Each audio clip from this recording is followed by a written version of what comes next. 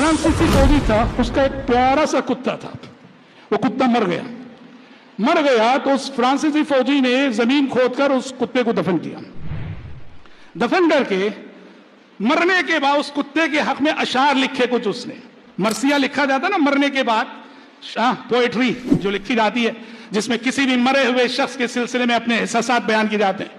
اپنے کتے کو دفن کر کے ایک مرثیہ لکھا اس نے. اس مرثیے کو، ان اشعار کو، اس پوئٹری کو ایک پتھر پہ کندہ کر کے اس قبر پہ اس نے لگا دیا. ٹھیک. بعد میں یہ ہوا کہ فرانس کو موراکو سے نکلنا پڑا، تو جتنے فرانسیسی فوجی تھے نکل گئے. سالوں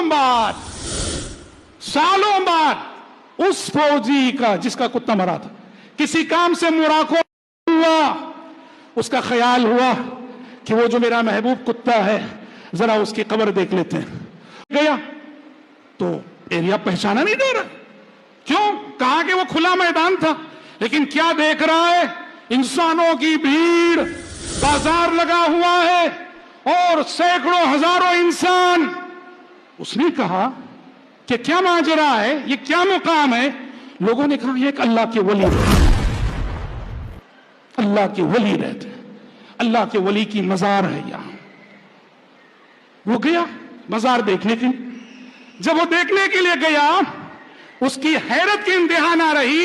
اس نے اپنے کتے کے حق میں جو اشعار لکھے تھے، جو کندہ کر کے پتھر پہ لگائے تھے، وہ پتھر جوں کا تو موجود ہے. اس نے موراکو گورنمنٹ سے کہا کہ جس کو یہ لوگ اللہ کا ولی سمجھ کے مزار بنائے ہوئے، یہ میرے کتے کی خبر ہے.